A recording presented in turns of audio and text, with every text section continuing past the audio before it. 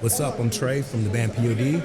And we're actually on tour right now with Godsmack in Europe. It's been a pretty dope tour so far. We're promoting the record Veritas, which is a new record we came out in 2024, May of 2024.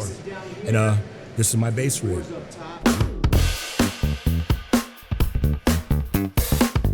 Well, this bass right here that I'm playing is my main studio bass. This bass normally never comes out on the road with me. The bass I normally use, my main squeeze is a 2000 Dolphin.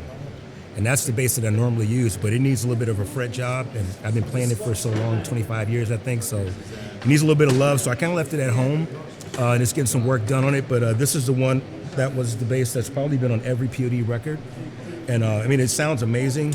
It never leaves the house, so this is special for it even to be out right now. My guitar player, in the very beginning, I started playing a 4-string, and I was using a Music Man. And the music, hey! Get up back there! I'm sorry. I forgot. Guys, I was using a Music Man, and he tuned down to drop D, I think it was, and that bass just didn't hold the low string really well. So the Warwicks are the only basses I could find back then that could actually hold the D tune really good.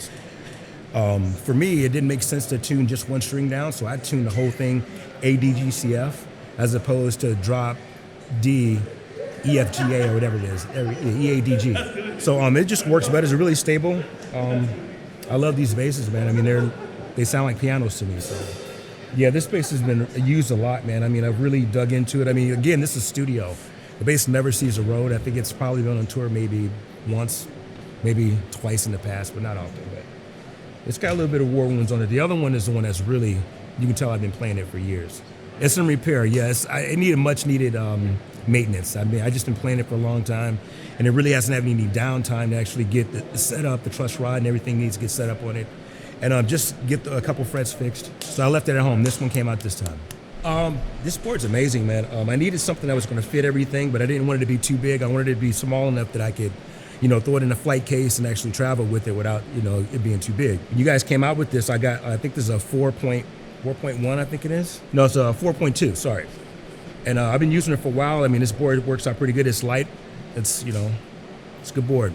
And I love the connection in the back. So I used to have wires all over the place coming in the side and everything. Everything is kind of ran out of the bottom of the back of the pedals and out through the bottom and up through the panel on the back. So it works out really good, man.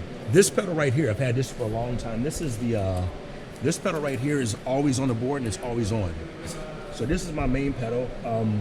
This pedal normally is just wireless, but I use a Shure wireless in my rack, but this is for fly rigs.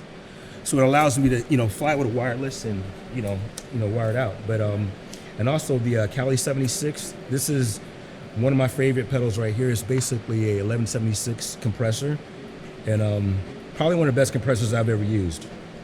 And the dark glass. This is the Alpha Omega. Actually, this is the Alpha Omega right here, and this is the B7K Ultra. Awesome pedal. It looks like a lot of stuff, but actually everything has a purpose, and it's mostly overdrives and distortions. Not all the time. Sometimes, man. Sometimes I get gritty, and sometimes I don't. I mean, a lot of times I'm clean, and this has just a slight bit of overdrive on it, but this is the main pedal. It stays on all, like I said, it stays on all the time. This compressor goes on and off. The cool thing, and I use that most of the time too, but not all the time. Whenever I'm playing a Warwick, I think this pedal seems to work the best for me with this bass. It has a built-in compressor. If I step on it and hold it down, that's without a compressor. When it turns red and it turns blue, now the compressor is engaged, and I don't use this that much except for if I'm doing a solo or something that I need it to be a little bit forward in the mix.